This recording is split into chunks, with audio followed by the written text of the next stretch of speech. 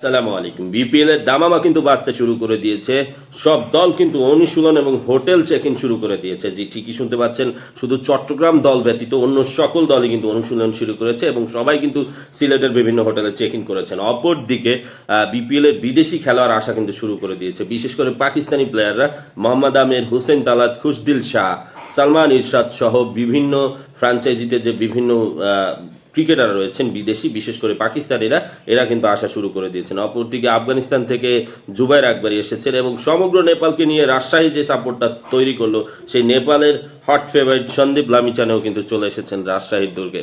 জি, ঠিকই শুনতে পাচ্ছেন। এবং অপরদিকে অ্যালেক্স হেলস, বিপিএল এর বড় নাম, ঢাকার সেরা ক্রিকেটারদের একজন, তিনি কিন্তু এক ম্যাচ পরে আসার কথা, কিন্তু অ্যালেক্স হেলস সবাইকে অবাক করে দিয়ে আগামীকালকে বিপিএল এ ঢাকা ক্যাপিটালসের সাথে যোগ দিচ্ছেন আইএল টি-20 থেকে এবং প্রথম থেকে শেষ পর্যন্ত তিনি কিন্তু এই বিপিএল এর সাথে থাকবেন, এটাই জানিয়েছেন।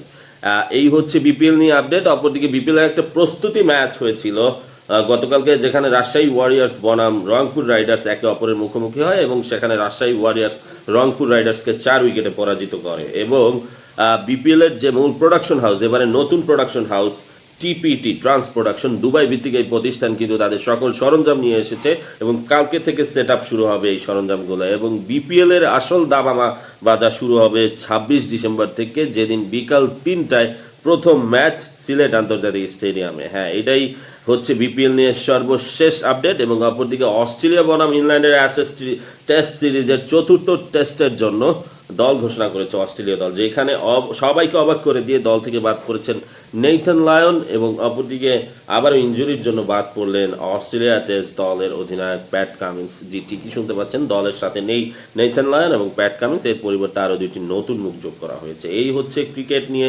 সর্বশেষ আপডেট। আমার ভিডিও কেমন লাগে, কার কি জানার আছে, কে কি জানতে চান, কে কি বলতে চান, কে কি দেখতে চান, সব কিছু জানিয়ে যাবেন এই ভিডিওর কমেন্ট বক্সে। সবাই ভালো থাকবেন। আসসালামু আলাইকুম।